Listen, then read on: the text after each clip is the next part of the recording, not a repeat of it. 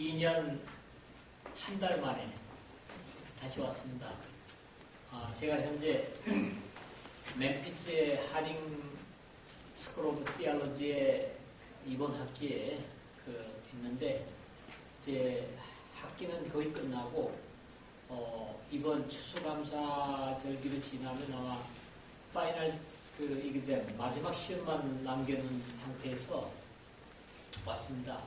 멤피스에 그때 교회가 정확하게 86개 교회가 있어요. 근데 제가 되도록이면 많은 교회를 방문해 보려고 이 다른 각각 주일날마다 다른 교회를 예배에 참여하게 되는데, 하여튼 뭐 자주 부르지 않던 우리 찬송도 그렇고 하여튼 친정에 온 기분이에요. 네, 이렇게 편안하고 우리 찬송 부르고 하니까 너무 좋습니다. 한 4시간 정도 제가 여기 있을 것 같아요. 오늘하고 화요일날 새벽, 그 다음 목요일날 성경 공부. 없어요. 이번에 목요일 성경 공부. 없어요? 땡스기빙 날이라. 그렇습니까? 참 안타깝네요. 그리고 다음 주일이면 날 이렇게 나눌 생각이었는데 그렇군요. 이 유다서는 한 장, 아까 확인한 대로 한 장밖에 안 되고 내용도 얼마 안 됩니다. 그러나 이 한 장 속에 이 우주의 역사가 다 담겨 있어요. 그래서 유다서가 없다면 우리가 어떻게 영계의 혼란을 이해할 수 있을까? 굉장히 귀한 책이에요. 그래서 사탄의 존재를 유다서가 없다면 우리는 이해하지 못할 거예요. 그런데 유다서가 이걸 거론합니다. 또 인류의 죄의 역사를 유다서가 거론합니다. 이 유다는 예수님의 육신의 형제로 그렇게 우리가 알고 있죠. 본래 십자가에 달리기 전까지는 예수 믿지 않던 사람들이 미쳤다 하니까 끌고 나오던 그 유다거든요. 그런데 이렇게 나중에 예수님을 믿게 되고 우리에게 귀한 교훈을 남겨준 그런 분이죠. 특히 이제 타락의 역사를 거론하게 되는데 자기 지위를 지키지 않은 천사들, 일련의 타락된 천사들의 얘기를 하면서 이 역사 속에 그들이 개입해서 죄를 짓게 된 고모라의 멸망, 소돔과 고모라의 멸망을 다룹니다. 여러분들이 이제 소돔과 고모라만 망했다고 생각하는데 성경에요. 소돔과 고모라와 옆에 성도도 망했어요. 그게 구체적으로 성경에 나옵니다. 신명기 29장 23절을 보니까 아드마와 스보임도 함께 소돔과 고모라와 망했습니다. 구체적으로 나와요. 신명기 29장 23절 보십시오. 이렇게 해서 이런 결국 죄로 인해서 멸망한 것들이 우리에게 거울이 된다. 이렇게 교훈을 해주고 있어요. 그리고 인간의 본능으로 사는 것이 어떤 것인가? 영적으로 추구하는 것들이 어떤 것인가? 그러면서 특히 마지막 시대에 우리가 신앙을 어떻게 해야 되는가 하는 것들에 귀정한 교훈을 주고 있습니다. 그래서 짧은 유다서지만은 우리가 유다서를 제쳐두고는 영적인 세계를 이해하기 어렵고 또 이 2절 속에 제가 말씀을 읽게 했습니다만은 이 말씀 속에 마지막 시대에 우리가 어떻게 신앙을 지켜가고 하나님의 거룩한 백성으로 그리스도의 신부로 살 것인가에 대한 귀중한 교훈들을 우리에게 제공하는 책입니다. 마치 요한 사도처럼 유다는 우리에게 이렇게 권면합니다. 사랑하는 자들아. 17절에 사랑하는 자들아. 우리 주 예수 그리스도의 사도들이 미리 말한 것을 기억하라. 우리가 신앙을 바로잡는 회복은 항상 예수 그리스도의 사도들이 가르쳐준 교훈을 되돌아보는 겁니다. 바울조차도 고린도전서 10장에서 그러죠. 과거에 이스라엘 백성들이 반역하고 범죄함으로써 망했던 것들을 여러 부분을 들먹이면서 이런 것들이 우리에게 거울이 된다. 이렇게 교훈을 해주고 있어요. 이렇게 하나님의 귀한 백성들의 역사가 오늘 우리를 돌아보게 하는, 지금도 뒤에 보면 거울이 하나 큰 게 걸려 있는데요. 우리도 거울을 봐야 우리 얼굴에 뭐가 묻었는지 아니면 수염을 안 깎았는지 알 수가 있잖아요. 이 신앙의 가장 귀중한 거울은 바로 성경입니다.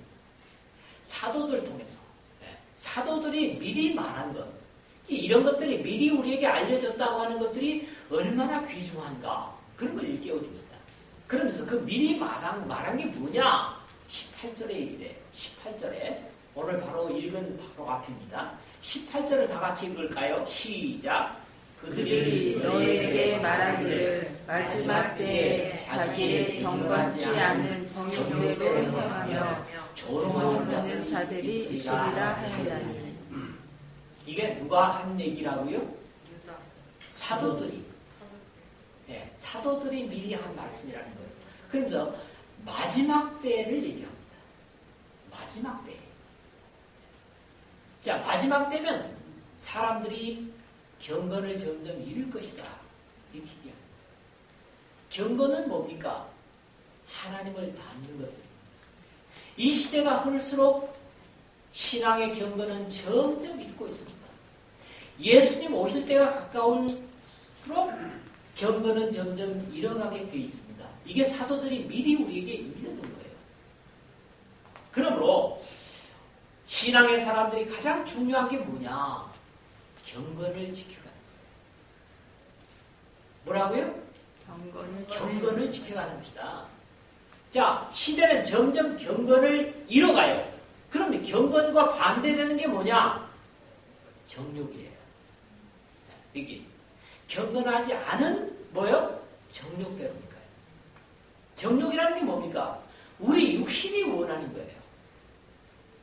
우리 육신이 원하는 거예요. 요즘 스마트폰을 가지고도 유튜브를 다 볼 수 있죠. 그래서 요즘 뭐 심심할 시간이 없어요.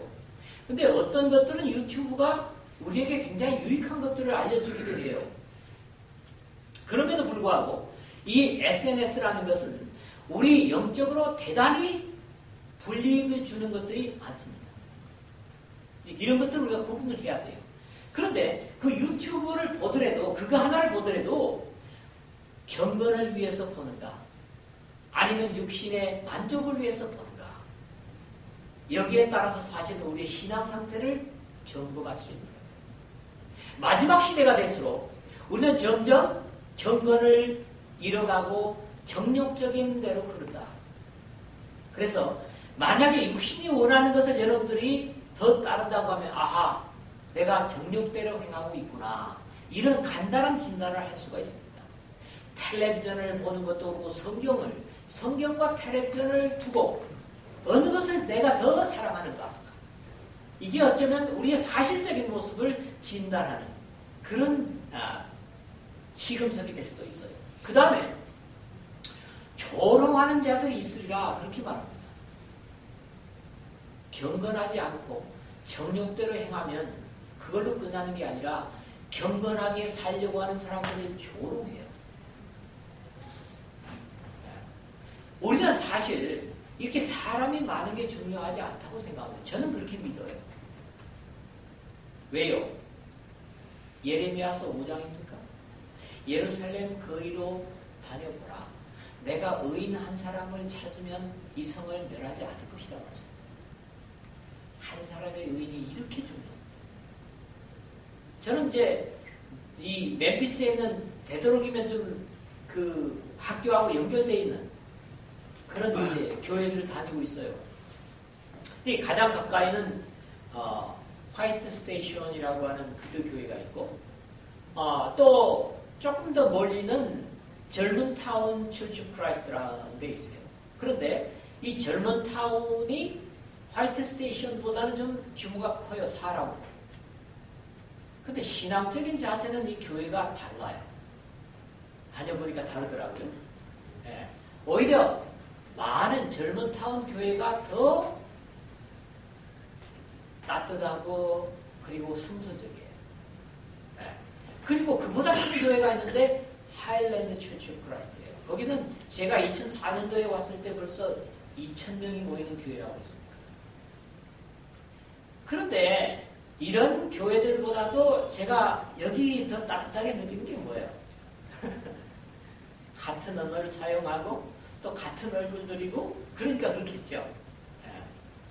예. 거기 가면은 뭐 일단 여러 가지 교회가 있지만은 되도록이면은 멤피스에 머무는 동안은 이 교회 저 교회를 다 가보려고 해요.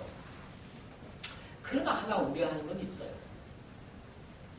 뭐냐 하면 큰 교회일수록 예배 형태가 몇 가지의 예배 형태가 허용되고 있어요. 그게 우려하는 겁니다. 제가 미국에 와서 안타까워하는 거예요. 그러면서 또 일각에는 뭐냐 하면 이사야서의 남은 자, 렘넌트라고 하죠. 렘넌트가 있다. 이 교회가 이 프리홀드의 렘넌트들이 되길 바라요. 남은 자들이 되길 바라요. 큰 교회들이 보면 지금 예배 형태가 있어요. 전통적으로 그리스도교회가 성경을 중심해서 예배드리는 트래디셔널 월십이라고 있어요. 그 다음에 좀 진보했다고 하는 프로그레시브 월십이 있어요. 또 하나가 있는데 마른 월십이 있어요. 그리고 저는 대부분의 그 교회들 가면 트래디셔널 월십에 참여를 해요. 근데 거기는 가면은 대부분의 사람들이 다 연령이 많은 분들이에요. 네, 연령이 많은 분들이에요. 심지어 Get Well Church of Christ라고 합니다. 저는 이제 거기에서 착각을 했어요. Get Well. 그 형용사 아닙니까? 그래서 교회 이름이 개들이면 이거는 좀 이상하다. 그리고 하딩 대학원에 메인테넌스가 있어요. 그러니까 관리하는 사람이 있어요. 이 사람에게 물어봤어요. 게델이라는 지명이 이게 맞습니까? 하니까 이 사람 맞대요. 남쪽 도로는 게델이래요. 그리고 북쪽 도로는 슛웰이래. 잘 쏘았다는 거 아니에요? 그래서 그렇구나. 그러고 그 교회를 가봤어요. 가봤는데 예배당이 커요. 근데 문제는 저보다 젊은 사람은 전도자밖에 없었어요. 그리고 성경 공부 시간에 10명 내외의 사람들이 앉아 있었어요. 그리고 예배 시간이 되니까 사람들이 오는데 제가 그 강대상 바로 앞에서 한 10번째 좌석에 앉았는데 앞에 한 사람도 안 앉았어요. 그리고 그 전체 인원으로 볼 때 한 6, 70명? 그런데 그 사람들 중에서도 disabled, 이 불편한 사람들이 들어 보여요. 그런데 거기서 나중에 한 사실이지만 프리칭 스쿨을 운영한대요. 그리고 프리칭 스쿨은 지금 다른 데로 가고 그 교회만 운영하는데 다른 사람들이 표현하기를 그 교회는 죽어가는 교회다. 이런 안타까운 표현이에요. 자, 그래서 결국 하나님의 말씀대로 지키려고 하는 교회에 남은 사람들은 나이가 든 사람들이에요. 그러면 그 사람들이 세상을 떴을 때 교회들이 어떻게 될 것인가? 거기에 이제 안타까움을 갖는 거죠. 그런데 또 하나의 제 감사는 뭐냐? 렘넌트라고. 남은 자들. 그래서 이 세대가, 제가 미국인들을 보고도 그랬어요. 이 세대가 지나가면 그리스도 교회가 남는 게 뭐냐? 결국 만찬하고 침례만 남는 게 아니야. 프로테스탄트하고 다른 게 뭐냐? 뭐 이런 얘기를 직접적으로 합니다. 네. 그런데 젊은 타운 그리스도 교회 같은 경우는요. 600에서 700명이 모여요. 그런데도 그대로 다른 예배가 없어요. 그러니까 하나님이 살아계시고 역사하신다. 그래서 위안이 되고 생명이 되는 겁니다. 이게 말씀을 지금 엉뚱한 얘기를 또 하고 있는데 죄송합니다. 자, 이 사람들은 결국 분열을 일으키는 자들이라는 거예요. 어떤 사람들이 정욕대로 행하고 그 다음에 조롱하는 자들은 언제나 분열을 일으켜요. 이게 안타까운 일이죠. 하나가 되려고 애써도 모자라는데 분열을 일으키는. 그러니까 성경이 이미 예언하고 있는 부분들이다. 이렇게 우리가 안타깝지만 표현할 수밖에 없어요. 그 다음에 어떤 사람들 영에 속한 자들이 아니라 육에 속한 자들이야. 자, 교회는 어떤 단체입니까? 영에 속한 단체죠. 세상, 육의 사람들에서 불러낸 사람들이 에클레시아입니다. 그래서 여러분들은 적어도 영에 속한 사람들입니다. 맞습니까? 아멘이 돼야죠. 교회는 영적인 단체예요. 그래서 세상에 육신적으로 계모임을 하는 단체가 아니죠. 네. 그런데 점점 영에 속한 사람들이 육에 속한 사람으로 마지막이 되면 변해간다. 이 사도들이 이미 얘기합니다. 그러니까 영적인 부분이 희박해지고 육적인 것이 강해질 때 아, 그렇구나. 점점 마지막이 가까웠구나. 사도들이 예언한 얘기들이 응해 가는구나. 이렇게 우리가 마음을 다잡아야 됩니다. 믿습니까? 그렇게 신앙을 해야 돼요. 그 다음에 육에 속한 사람들은 반드시, 아니, 당연히 어떻게 했어요? 이 19절 하반대로 보니까 뭐라 했어요? 어떤 사람들? 성령은 없다.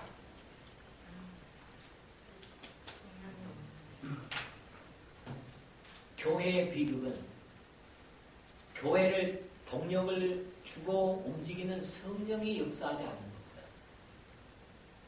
이게 가장 교회의 비극이에요. 교회는 영적인 단체라 했잖아요. 그런데 영적인 단체가 성령의 역사를 거절하고 육신적으로 가게 되면 성령의 역사를 하시지 않게 됩니다. 그게 정확하게 죽은 교회입니다.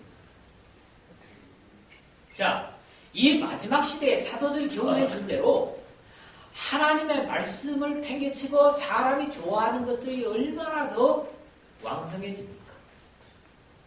그러면 거기는 성령은 개입하실 수가 없어요. 그러면 이름은 교회인데 결국 뭡니까? 영적인 단체가 되지 못하는 겁니다. 이 안타까운 사실이고 우리가 이런 부분에 대해서 통탄해야 될 일입니다. 자, 그리고 이제 그러면 어떻게 우리가 신앙을 해야 되느냐? 이 두 절 속의 말씀을 하고 있습니다. 자, 이게 제가 대지를 만들었죠? 첫째가 뭡니까? 첫째 대지가 뭐죠? 자기를 세우라, 건축하라고 합니다. 여기는 제가 가진 성경은 개역 개정이에요. 그래서 세우며 그랬어요. 근데 정확하게 건축하며 원문상 그게 맞습니다. 자, 어디에다가 건축을 해야 됩니까? 지극히 거룩한 믿음 위에다가 건축하라. 우리 인간 실현이라고 그러죠. 그런데 대부분의 인간 실현은 뭡니까? 자기 자신의 성취입니다. 그런데 우리 믿음의 사람들은 다른 게 있어요. 그게 뭐냐 하니까 자기 의지나 또 지향한 목표에 자기를 세우는 게 아닙니다.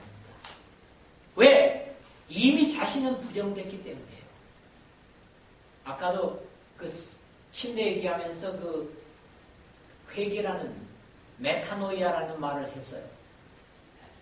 그래서 믿음의 사람들은 메타노이아를 한 사람들이에요. 그러니까 세상에 육신적으로 가던 삶을 유턴을 한 사람들이에요. 그 사람들이 누구냐? 그리스도인. 그래서 그리스도인들은 인생을 살되 자기의 이념이나 자기의 이상을 실현하는 사람들이 아닙니다. 어떤 사람들이에요? 지극히 거룩한 믿음 위에 자기를 세우는 거예요. 근데 믿음이라는 게 뭐예요, 이게? 지극히 거룩한, 그러니까 형용에 형용을 한 거죠? 그냥 거룩한 믿음 위에 자기 건축이 아니고 지극히 거룩한 믿음 위에 자기를 건축하라. 지극히 거룩한 믿음의 자기. 그러면 지극히 거룩한 믿음이 뭘까요? 에베소서는 2장 8절 알죠? 구원 얻을 믿음이 하나님의 선물이라는 거예요. 세상 사람들도 다 이상과 믿음을 갖습니다. 꿈을 갖습니다. 맞죠? 그런데 우리가 가진 믿음은 세상에서 생겨난 믿음이 아니에요. 예를 들면 이런 겁니다. 복권을 사가지고 이게 추첨하면 맞을까? 이 기대죠. 또 어떤 사람은 1등을 맞아가지고 부자가 됐다. 그것도 하나의 믿음입니다. 그러나 그것은 여기에 말씀하고 있는 대로 지극히 거룩한 믿음 위에 세우는 것이 아니에요. 그런 믿음이 아니에요. 자, 우리는 믿음의 사람들이 일생을 살면서 결국 자기를 더불어 세워가는 겁니다. 여러분 각자가 앉았지만 여러분 각자를 세워가는 것이 아니라 여러분 각자가 주님의 몸을 세워가는 거예요. 이게 바로 에베소서 2장 22절이거든요. 에베소 2장 22절 보니까 너희도 성령 안에서 하나님이 거하실 거룩한 처소가 되기 위하여 예수님 안에서 함께 지어져 가느니라. 세워져 가느니라. 그러므로 우리는 평생 우리 자신을 거룩한 믿음 위에 세워가는데 최종적으로는 예수님의 새 예루살렘에 들어감으로써 우리가 완성이 되는 거예요. 그때까지는 계속 세워가요. 근데 그 세움에 대한 경계를 주님께서 산상보훈에서 말씀하십니다. 산상보훈이 끝나는 7장, 그죠? 마태복음 7장 24절에서 27절의 말씀을 알죠? 이 교훈을 듣고 순종하는 자는 그 집을 반석 위에 지은 슬기로운 사람 같으니 비가 오고 창수가 내려도 그 집이 무너지지 않느니라. 그러나 내가 전한 이 말을 그대로 행치 않는 자는 그 집을 모래 위에 지은 어리석은 사람과 같으리니 비가 나고 창수가 침해 그 집이 무너짐이 심하니라. 여기서 벌써 세움에 대한 거룩한 지극히 거룩한 믿음이 무언가를 우리에게 설명하고 있거든요. 뭡니까? 앞에서 말씀한 대로 사도들이 미리 한 말, 사도들을 통해서 준 말이요 기록된 이 말씀을 따라 순종하는 것. 이겁니다. 그러니까 성경은 어려울 게 없죠. 어려울 게 없어요. 결국 평생을 우리 자신들을 믿음으로 건축해 가는데 이것은 내 이상과 내가 바라는 것을 건축해 가는 것이 아니라 지극히 거룩한 믿음 위에 누구를 건축해요? 남의 건축하는 거 아니에요. 자기를 건축해 가는 거예요. 이런 입장에서 자기는 굉장히 중요해요. 자, 이 뉴저지 교회에서 다른 사람도 다 중요하지만은 여기 앉아 계시는 여러분 각자가 굉장히 중요해요. 자기 자신을 거룩한 믿음 위에, 지극히 거룩한 믿음 위에 건축해 가는 것이 주님 오실 때까지 너무너무 중요합니다. 그러니까 남의 믿음 잘 되는 것도 기도하고 격려해야 되겠지만 내 믿음을, 여러분 각자가 내 믿음을 지극히 거룩한 믿음 위에 자기를 실현하는 걸로 건축해 가야 됩니다.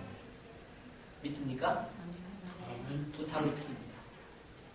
자, 그 다음 두 번째는 뭐예요? 당연히 신앙의 사람들이 해야 될 게 뭐냐? 기도죠. 왜? 기도는 호흡이라고 했습니다. 숨 안 쉬면 어떻게 돼요? 죽어요. 자, 다 공동묘지간 사람들은 어떤 사람들이에요? 숨이 멈춘 사람들이에요. 그러나 이것은 단순히 육신적인 얘기를 제가 하는 것뿐이에요. 영혼의 호흡은 바로 기도입니다. 자, 기도를 하고 있다? 살아있는 사람이에요. 기도를 중단했다? 죽은 사람. 그래서 기도가 중요한 겁니다. 신앙이 살아있느냐 죽어있느냐는 기도를 하고 있느냐 하고 있지 않느냐의 차이가 있는 거죠. 그렇죠? 그런데 여기 그냥 기도하라 그랬으면은 그죠? 디모데전서 2장 4절에도 기도하라 그럽니다. 그런데 여기서 기도하라 그냥 그러질 않고 어떻게 기도하라? 성령으로 기도하라는 거예요. 이것도 역시 앞에 이야기하고 전부가 관련된 거예요.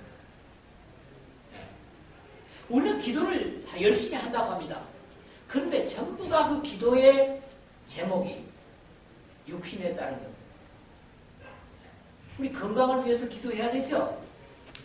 근데 영혼의 건강을 위해서는 더욱 기도해야 돼요. 기도의 사람들.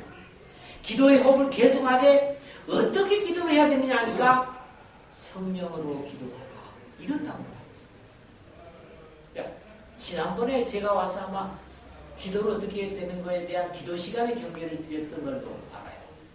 그때 기억나는 게 있어요, 혹시? 혹시 여러분 가운데 있어요? 하나님께 기도는 향기가 되어야 된다.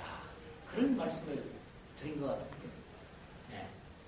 요한계시록 아마 5장 8절 말씀하고 했던 것 같은데 기억 안 나세요? 자, 하나님 앞에 향 대접을 가지고 향기를 올렸는데 그 향연이 성도들의 기도들이라고 했잖아요. 기억나죠, 이제? 예. 이 기도를 드려야 되는데 그런 기도가 뭐냐? 바로 성령과 더불어 드리는 기도예요. 그러니까 뭡니까? 신령한 기도를 드리는 게 내 육신적으로 앞에 세상 마지막에 있어질 그런 어떤 육신적이고 정욕적인 것들을 다 배제하고 성령으로 기도하라는 건 뭡니까? 하나님이 기뻐하시는 것을 구하는 거예요. 그게 뭐냐? 바로 성령 기도인데요. 우리는 그 로마서 8장 26절 27절을 잘 알죠. 바로 우리가 기도할 바를 알지 못하고 탄식할 때 성령이 하나님이 기뻐하신 대로 말씀 탄식으로 우리를 위해서 기도하신다는 부분이 나와요. 그러면 우리 기도하지 않아도 되겠네. 성령이 기도해 주시니까. 아닙니다. 고린도 전서 14장, 그죠? 고린도전서 14장은 뭐랍니까? 영으로, 이와 같이 영으로 기도하고 마음으로 기도하며 영으로 찬양하고 마음으로 찬양하리라 하는 부분이 나오죠. 우리는 기도가 단순히 입술에서만 나오는 기도가 돼서는 안 되겠죠. 우리 마음이 영혼이 기도하는데 그것도 성령과 더불어 하는 기도가 돼야 된다. 그 복잡한 얘기다 필요. 성령과 더불어 기도하는 게 뭐냐? 바로 하나님의 뜻대로 하는 기도. 이게 어려운 얘기는 아니에요. 우리 육신적인 것보다는 유명한 얘기 있잖아요. 마태복음 6장 33절. 기도하는데 먼저 그의 나라와 그의 의를 구하라. 그리하면 이 모든 걸 다 할 것이다. 주님께서 말씀하십니다. 성령의 기도는 성령이 기뻐하시는 기도요. 성령과 더불어 드리는 기도가 되어야 된다. 믿습니까? 그리고 무엇보다도 에베소서 6장 18절에 뭐랍니까? 무시로 성령 안에서 기도한다. 무시로 성령, 무시라는 게 뭐예요? 시간을 정해놓지 않고 성령 안에서 늘 기도하는 것. 이게 우리 마지막을 당한 성도들에게 필요하다. 네. 여기 오니까 조금 그 미국에 오니까 그 습관이 돼서 그런지 좀 저한테 안 맞는 게 있어요. 그게 뭐냐 하니까 어디를 가든지 우리 한국 사람들은 기도를 하잖아요. 앉아가지고. 뭐 사람을 의식하는 것 같이 보이지만은 그게 저는 좋은 것 같아요. 어느 가정에 가서도 너희는 어느 가정에 가든지 복을 빌라. 그래서 우리는 그렇게 하죠. 근데 여기 오니까 교회당을 와도 기도하는 모습 볼 수가 없고 집에 방문해도 기도하는 것들이 안 돼요. 그들은 마음으로 하는지 몰라요. 근데 제가 세속적인가요? 그런 것들이 좀 익숙지 않다 보니까 뭔가 좀 서운하게 느껴져요. 그들이 더 성령으로 기도하고 있을 준비예요. 그런데 이제 제 육신적인 편견인지 몰라도 그런 부분이 조금 익숙치가 않아요. 예, 우리가 극복을 해야 될 부분이겠죠. 아이고, 시간이 언제까지예요? 끝날 때까지. 아이, 그래서는 안 되겠죠. 예. 아이, 되도록 빨리 지나갔습니다. 그 다음에 자기를 건축하고 성령으로 기도하는데 그 다음 세 번째가 뭐예요? 여기도 자기를 지키라는 거예요. 자기를 지켜. 앞에 이미 자기라고 하는 존재를 얘기했죠? 그런데 자기를 지키는데 어디에서 자기를 지킵니까? 하나님의 사랑 안에서 자기를 지키라는 거예요. 하나님의 사랑이 뭡니까? 복음이에요. 복음은 뭐죠? 예수님의 사랑의 역사가 복음입니다. 우리가 오늘 만찬하면서 그랬죠? 예배의 가장 중요한 분이 바로 주님의 희생이다. 아멘이에요. 이 부활의 날, 우리가 기념하는 것은 예수님의 우리를 위해서 죽으심을 기념하는 거예요. 왜? 그걸 위해서 주님께서 이 땅에 오셨고 그리고 육신적으로 우리와 똑같은 몸이셨지만은 우리 인류를 위해서 모든 것을 감당하시고 죽으셨다가 부활하시고 마침내 하나님의 우편에 승천하시고 성령을 보내주시고 이 땅에 다시 오십니다. 이 모든 것에서 이 모든 것들이 바로 우리를 지키는 이유입니다. 그리고 토대고 기본입니다. 이게 하나님의 사랑이죠. 자, 지킨다고 하는 사람은 어떤 사람이에요? 깨어있는 사람이에요. 저도 이제 이 군대 생활을 훈련소에 초복날 들어가가지고 복중의 훈련을 받았어요. 근데 그 군대에 가면은 동초라는 걸 쓰잖아요. 그 피곤한데 훈련하고 피곤한데 동초 2시간마다 깨워가지고 하죠. 아주 살맛이 아니죠. 그거. 이거 어려워요. 그런데 어떻습니까? 만약에 동초를 쓰다가 졸았다 하면 그건 상관한테 터지는 거예요. 지키는 사람은 뭡니까? 깨어있는 사람. 여러분, 이 역사에 깨어있는 자들이 누굽니까? 바로 주님의 백성들이어야 돼요. 세상의 역사가 어떻게 가든 주님의 다시 오심을 기다리는 사람은 누굽니까? 바로 역사의 파수꾼들인 하나님의 백성들입니다. 예수님께서 다시 오심에 대한 예언을 하시면서 마태복음 24장 40절에 그렇게 얘기를 합니다. 그러므로 깨어있어라. 어느 날에 너희 주가 임할는지 너희가 알지 못함이니라. 그래요. 많은 사람들이 정욕대로 성령은 없고 사람의 좋을 대로 해가는 가운데 이 역사가 어둠의 최종적인 마지막에 다다랐을 때 주님께서 오십니다. 그 주님을 깨어있는 자들이 맞습니다. 그리고 깨어있는 자들이 어떻습니까? 그 영광의 마지막에 최종적으로 들어갈 겁니다. 이걸 위해서 우리의 각자의 믿음을 자기가 지켜야 돼요. 네. 우리 세이자매 믿음을 우리 이태환 전도자님이 지켜주는 거 아니에요. 물론 하나님이 도움을 주시죠. 그러나 자기 믿음은 자기가 지키는 겁니다. 남이 내 믿음 지켜주지 않습니다. 그리고 다 천국에 들어간다고 할지라도 자기가 제외되면 얼마나 비극입니까? 거룩한 하나님의 희생의 사랑의 역사, 예수도의 십자가의 희생 위에 자기를 건축하기 위해서, 자기를 지키게 하기 위해서 주님께서 오셨습니다. 그리고 지금까지 적어도 내가 부족하기 때문에 나를 지키기를 기대하시면서 주님께서 심판을 미루고 계십니다. 그러나 반드시 주님은 이 역사에 오십니다. 여러분 자신을 믿음으로 지키십시오. 거룩한 주님의 사랑 안에서 여러분 자신의 믿음을 지키십시오. 마지막으로 그러면서 필요한 게 뭐냐? 다 같이 제목이 뭐죠?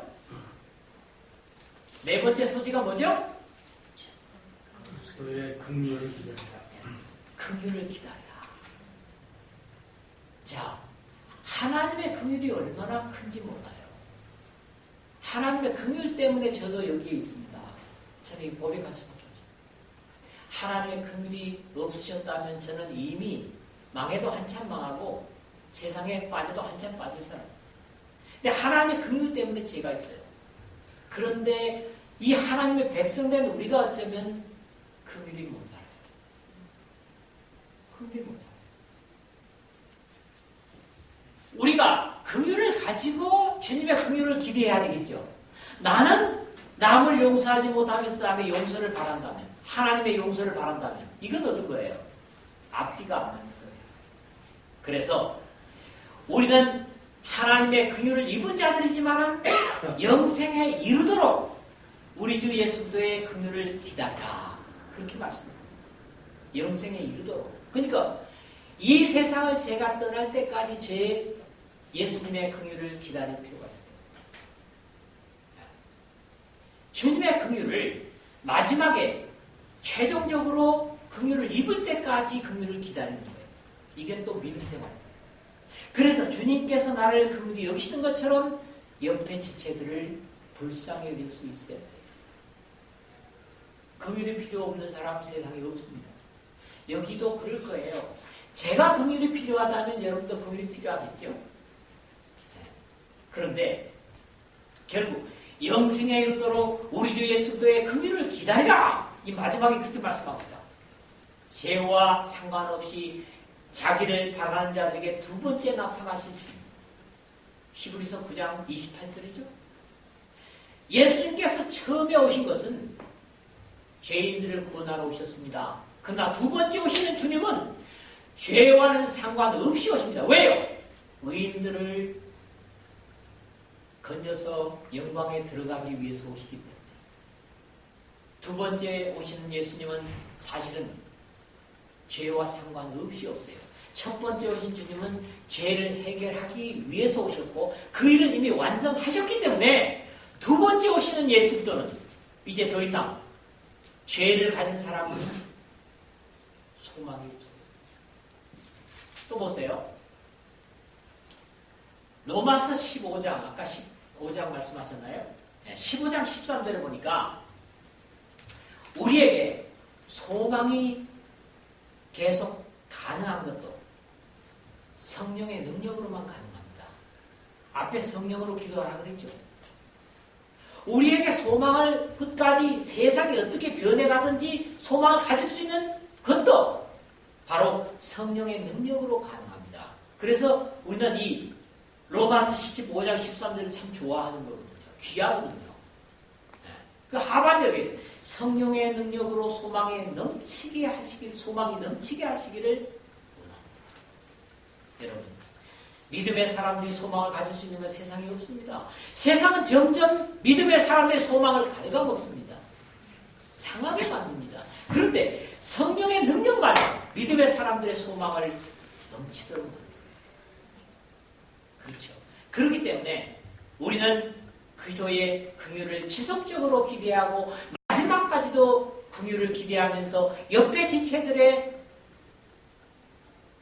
모든 약함을 역시 같은 하나님의 사랑의 긍휼로 볼 수 있어야 됩니다. 그게 하나님의 백성입니다. 예.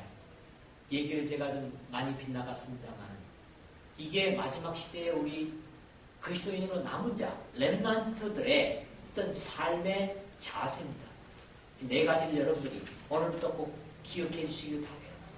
우리는 하나님 앞에 구원을 받았다고 하지만 뭡니까? 끝까지 자기를 믿음 안에서 그것도 지극히 거룩한 믿음 안에서 건축해가는 사람들이다. 그 다음에 죽지 않기 위해서는 계속 성령으로 더불어 기도하라. 그리고 무엇보다도 많은 신앙의 사람들 가운데 자기를 지키라. 그리고 주님께서 이 땅에 오실 때까지 주님의 긍휼을 기대하면서 다른 사람을 긍휼히 여기라. 믿으시기를 주의 이름으로 축복합니다. 아멘.